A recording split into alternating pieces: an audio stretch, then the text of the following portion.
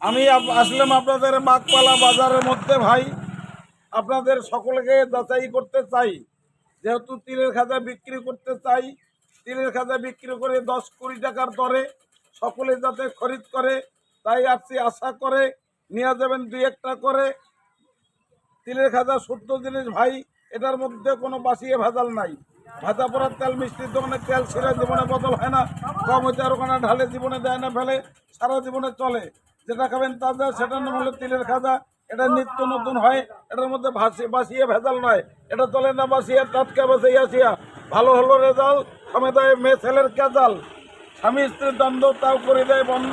তিলের খাজার মধ্যে 1 নম্বর ছন্দ। নিয়ে যাবেন ঘরে মাত্র 10 টাকার ও 20 টাকার দরে। অর্ধেক হলো 10 আর পুরাটা হলো 20 টাকা ভাই। এটার মধ্যে কোনো ভেজাল নাই। আর এটা এখনো আমি কম দামে সকলকে দিয়ে যাই। তিলের দাম এখনো হাই পাই। আপনাদের